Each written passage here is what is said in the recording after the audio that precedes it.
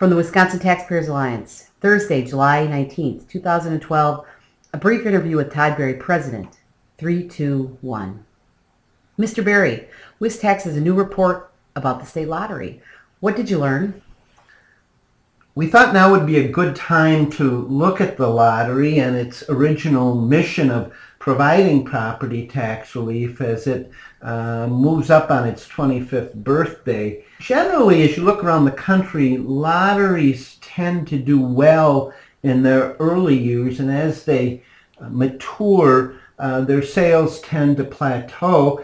That's pretty much been the case in Wisconsin, and what that has meant is that the property tax relief that the lottery offers has been flat, perhaps declining in percentage terms.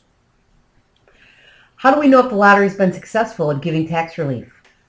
Well, there's several ways we can look at it. In terms of the total amount of money available for relief, that peaked back in the 90s at over $200 million.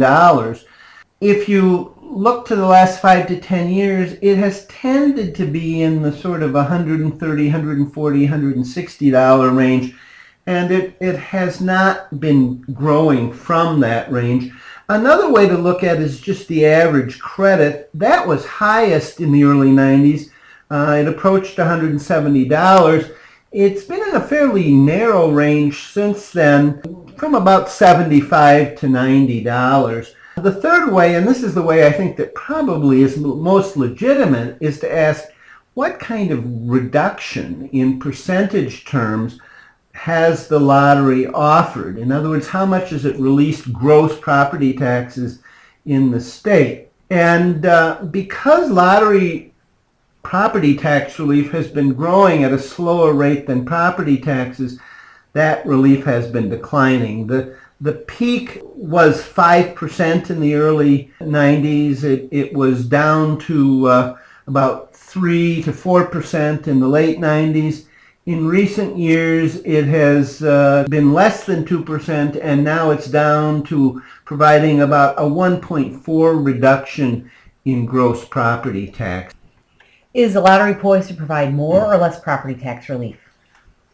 Well, again, when you see the lottery sales being fairly stable and some years declining, that means the lottery property tax relief that's available is also fairly stable, not growing a lot. And I don't see that changing. As the lottery matures, its sales do tend to plateau, and that means the same for lottery property tax relief at best. I would project, based on current trends, that the lottery would offer less than a 1% reduction in property taxes gross statewide within about 10 years.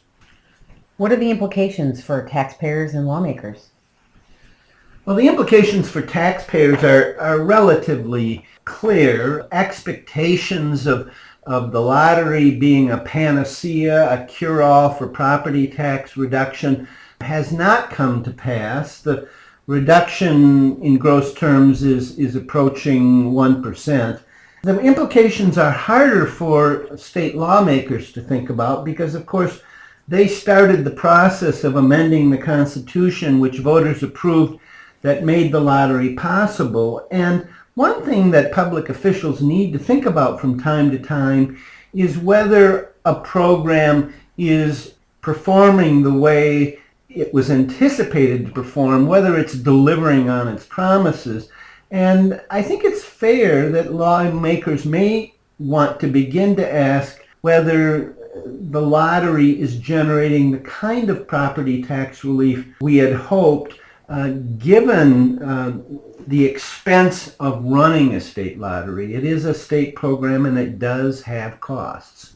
Thank you, Mr. Berry. That's Todd Berry, President of the nonprofit, nonpartisan Wisconsin Taxpayers Alliance. For more information, go to www.wistax.org.